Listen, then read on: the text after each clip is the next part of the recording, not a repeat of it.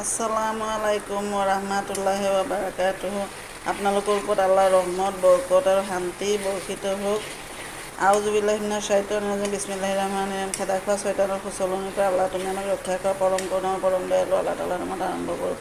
এইবিলাক মানে আসসালামু আলাইকুম নহয়, আউযুবিল্লাহি বিসমিল্লাহ, যিকোনো কাম কৰাৰ আগত এইবিলাক পঢ়িব লাগে। তেতিয়া শয়তানে মানে আপোনাক ডিষ্টাৰ্ব কৰিব নোৱাৰে। খানাটো বৰকত হয়, মানে বেছি হয় আৰু খানাটো, বুজি পাইছে? বৰকতে বহুত নিজেও খাব পাৰে, মানুহকো দিব পাৰে, খুৱাব পাৰে, টেষ্টি হয়। এইটো মানে বগৰী আচাৰ, মিঠা আচাৰ বনাইছোঁ। বগৰী সিদ্ধ কৰি, শুকান বগৰী প্ৰেছাৰত সিদ্ধ কৰি অলপ নিমখ দি, অলপমান নিমখ দি সিদ্ধ কৰিব, অলপমান পানী দি সিদ্ধ কৰি তাৰপিছত ঠাণ্ডা কৰি গলাব লাগিব। যেতিয়া ঠাণ্ডা হ'ব বগৰীটো গলাই দিব, গলাই পিনি হেৰি কৰিব। তাৰপিছত অলপমান তেল দিব, মিঠা আচাৰটো অলপমান তেল দি তাত পাঁচফোৰণ, চফ গুটি, তাৰপিছত শুকান জলকীয়া এনেকৈ দি পিনি তাৰপিছত আপুনি বগৰীখিনি ঢালি দিব।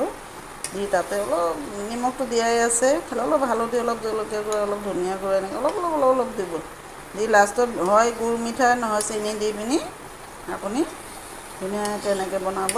বনাই ল'ৰা ছোৱালী পূৰা খাব। মিঠাটো মানে টেঙা মিঠা আচাৰ হ'ব আৰু এইটো মানে ল'ৰা ছোৱালীয়ে বেছি টেঙাটো ভাল নাপায়, সেইকাৰণে অলপ মিঠাটো দি যেনেকুৱা মিঠা মানে সিহঁতে খায়, দি পিনে এনেকৈ বনাই দিবচোন। তেনেকৈ ল'ৰা ছোৱালীয়ে খাব। আৰু ল'ৰা ছোৱালীৰ চি ভিটামিন থাকিব টেঙা জাতীয় বস্তুত।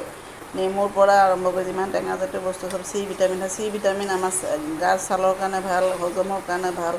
আমাৰ আখেৰি নবী হজৰত মুহাম্মদ ছাল্লাল্লাহু আলাইহি ওয়াসাল্লামে কৈছে, দুজনৰ বাদশ্বাহ হজৰত মুহাম্মদ ছাল্লাল্লাহু আলাইহি ওয়াসাল্লামে কৈছে কি যে নেমুটো আমাৰ হজমকাৰক।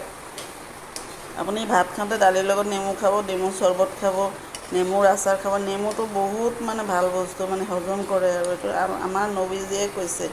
নবীজীটো কেতিয়াও মিছা কথা নকয়, তেওঁ আল আমিন নাম পাইছে, সত্যবাদী, বুজি পাইছে? সেইকাৰণে আপোনালোকে টেঙা জাতীয় বস্তু খাবলৈ ল'ৰা ছোৱালীক শিকাব দেই। দোকানৰ সেই বেয়া বেয়া বস্তুবিলাক খাব নিদিব, পেকেটৰ বস্তু। ঘৰত বনোৱা বস্তু খুৱাব, তেতিয়া ল'ৰা ছোৱালীৰ হেল্থটো ঠিক থাকিব, হেল্ডি থাকিব। ভিডিঅ'টো ভাল লাগিলে আপোনালোকে লাইক, শ্বেয়াৰ আৰু ছাবস্ক্ৰাইব কৰিব নাপাহৰিব দেই। আজিলৈ আহোঁ, মোৰ কাৰণে দোৱা কৰিব।